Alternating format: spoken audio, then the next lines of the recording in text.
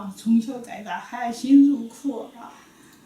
这是那会儿说工资又低，像他一个人在北京读书无亲无戚，嘎，看到大学毕业了，这么儿子从小又听话，学习努力嘎。很不容易。他考人民大学是等于我们没得任何关系，全靠他自己努力的嘛，他自己。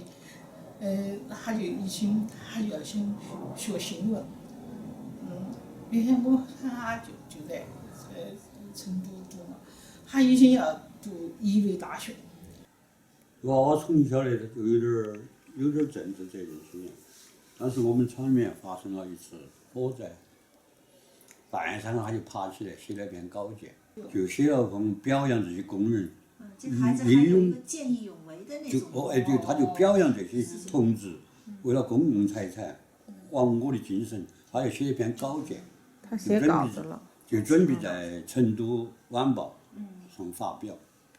结果他就把这个稿子没通过我都不晓得。结果是就通过了这个报纸就打电话到我们厂里面来发函，就问我们这篇报纸登不登。当时呢，我呢那个时候是个副厂长，然后就打电话给他通知了郑厂长，就说你们是不是发生了火灾？您是什么厂的厂长？当时成都小汽车修理厂。当然，作为我们当时呢没考虑这个问题，当时个郑厂长说的，这个是丑事情噻，就企业管理不到位噻，造成了企业失火，这是算是一次事故。这个有啥子登头呢？只能自己总结经验，把它以后解决这个问题就行了，所以就不需要再登报纸。当时郑厂长就来找我问我，这个你娃娃写这种报道你都不晓得啊？我当时我跟他说我确实也不晓得，我事后也不晓得。最后我就问小姐，我说你咋个你写这篇文章的报道你都不跟我说一声呢？你直接向成都晚报发表。他说的，我跟你说有啥子意思呢？这个我要写我的文章，跟你没有好大关系。我是在表扬工人英勇爱护国家财产。他说那个时候他就喜欢新闻。那个时候我就发现，他就有点喜欢这个。他说我第一篇文章就找你们单位无情的枪毙了，他就跟我这样说了一句话。当时呢，我想到这篇文章呢以后是，他就没有发表。但是那个时候呢，我们不大注意他的思想行为。他从小呢是。他是个小娃娃没接触的，结果后来才。后来我看他的遗书，我才晓得他从小就树立了一种为国家为人民。那个已经是我看他是89年大二的时候，都是已经是。当时我们家头经济也比较困难，他说的每个暑假回来等于路费啊，他就一个是公积有路费，还有他骑自行车，他就到那些就是北京那些那些啥子农村头路去转。去走访。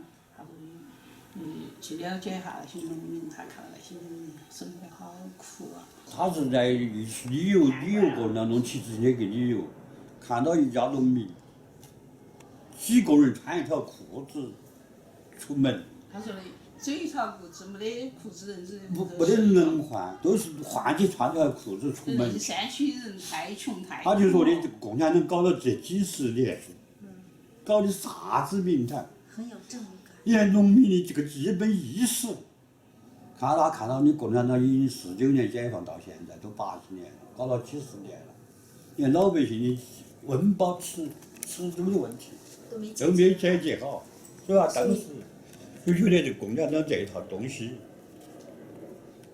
要不得，没给中国人民带来幸福。他们老师给我介绍的哈，就是我们到北京去过后呢，他们班主任给我介绍。小杰实质上是在6四开始的时候，他已经被国安局盯梢了，已经盯上了。当时他们班主任那次是跟女朋友谈判了，他要去参加，结果他们班主任把他报到，就跟小杰说的，你后面有根本儿了，你都不晓得哇，你还在那儿冲啥子？小姐就跟他老师说的，我又没干啥子坏事，我怕什么？我用不着害怕。所以说，当时他们班主就不准他去跟李鹏两个这个去谈判，他们班主把他死死抱住，他没走成。他之所以被公安系统跟踪，是因为什么事情呢？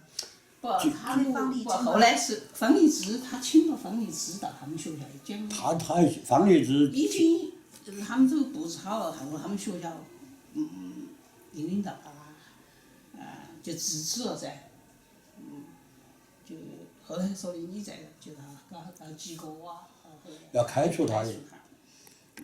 当学校单位要他开除他。已经组织好了，就方励之到他们学校来讲演。所以跟踪肯定是有些他要。跟踪，据我了解情况，他们去这个北京市，就是中国人民大学的是组织学生运动的领导者之一。那天是这个6时晚上，他也在天安门广场。他拍了很多照，就是那晚上。他当时的话呢，说的肯定6时晚上，他不是6时晚上是在10，当时是不是开枪了过后，他一直在现场拍很多照，这是他们同学跟我讲的。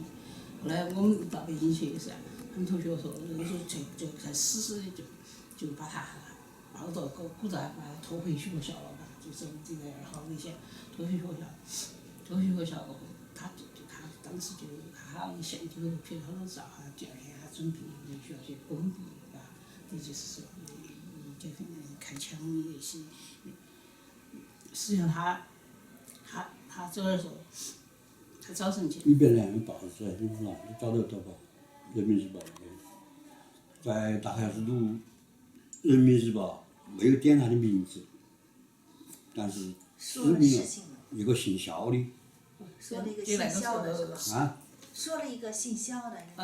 军事的时候，在二院发表演说，明显这个是个错误，共产党犯了个错误，怎么到现在为止，他们既不承认。人民犯罪那是。是噻。他说不是错误，他是罪行。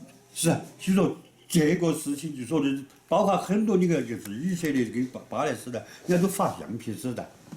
恰恰共产党对自己的老百姓手无寸铁的学生，公然用枪来进行镇压。所以我还是很不服的，这个明显是共产党犯的一种滔天罪行，有必要应该让他讨还这个公道。我还是愿意参加，北京我去参加这个活动。